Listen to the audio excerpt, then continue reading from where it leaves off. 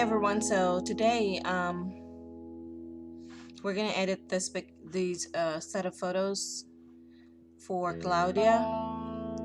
So ako ipakita ninyo karon ang pag-adjust sa pictures and camera raw kung unsay iyahang exposure and brightness and all that. So this one will be a little bit different than other pictures. I have already adjusted them, but then I'm gonna show you my settings. So here on this one, I like the way this exposure is. It's sharp. The sharpness is at 71 and masking is at 41.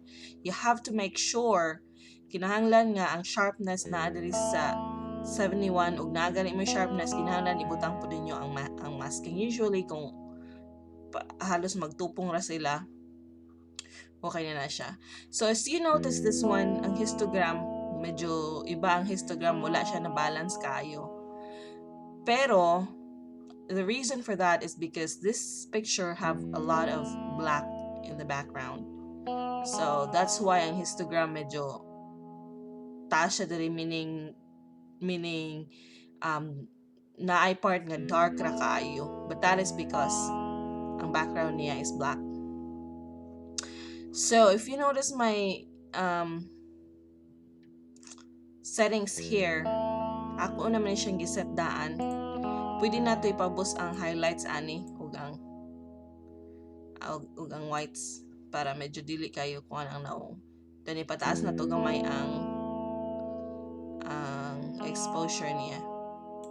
So that looks good to me. So as long as makita pa ni highlights diri sa sa buhok, makita pa siya, dili siya ito mga ni blend siya sa background. So okay na siya, dayon ang naong dili kayo hayag nginana. So sakto ra jud lang yung exposure. Contrast niya, remember the contrast always na contrast na ana din hang settings, ang clarity ug ang vibrance ana. So same with this one. This one have a lot of haze, murag na siya kanang foggy siya tanawon. Haze ang tawag ana. So ang akong buhaton ana, akong i-lower ang black niya. Lower na ko ang shadow. Tayo ako nga ipataas ang exposure, lower na ko ang white. So kana siya, okay na siya ana. So kamuray kabalong mo adjust, kinahanglan na i-master ninyo ning pag-adjust sa camera ro, kay importante kayo na para mahimo nga nindot ang inyong final product pag run ninyo sa Rich Edit. So same with this one. Ano siya, na-adjust naman ako na siya. Ana, so muna siya. Okay.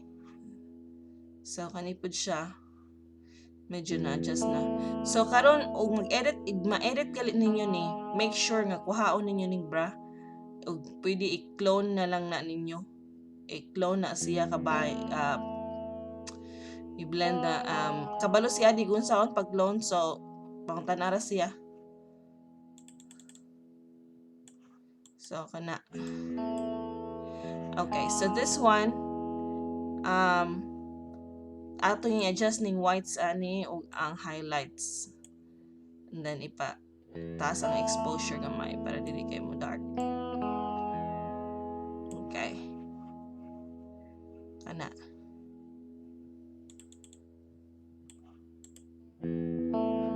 This one pud ikuha na to ang highlights ani. Taas ang exposure. So kani siya mother and daughter ni siya, si Claudia ug si Angela. Okay, so kamunay kabalo mo adjust. So kabalo na mo unsay dapat na settings na ganahan ako nga tan-awon siya kanang dili kaayo blown out ang naong niya, dili kaayo siya bright ba, mura siya washed out sa tan-awon. Okay, so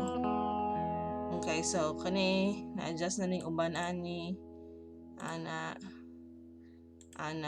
So kung mag-edit gali mo, tingnan mo na may na-line diri. i-clone out po da siya kanang line. Tanawan ninyo ng mga blemishes sa background kung naa ba nagari mga puti-puti yan na i-clone out na ninyo. Tanawa kani siya o na line din ha. I-clone out na siya ninyo. Usually ang akong gamiton is healing brush ra. Bulang mo blend ra siya. Dili siya mo lahi og color. So na siya. Okay. So kani pud siya. Okay. Kana siya. Basta kung ano ninyo nang banaan ninyo ng kuan kanang exposure niya, kanang settings niya. Basta kabalo na mo og unsay settings dapat nga. Bulan pag abot sa Photoshop, pag edit niyo sa Photoshop dili kay siya kuan mo wash out ka yung picture. So, okay? So, dili ra ko photo. Kani siya og mahimo nga kading ani diri dapitin sa window inyo ning ma-clone out pud og puti. Tangan og puti imbis na kana maayo. Okay? Sige.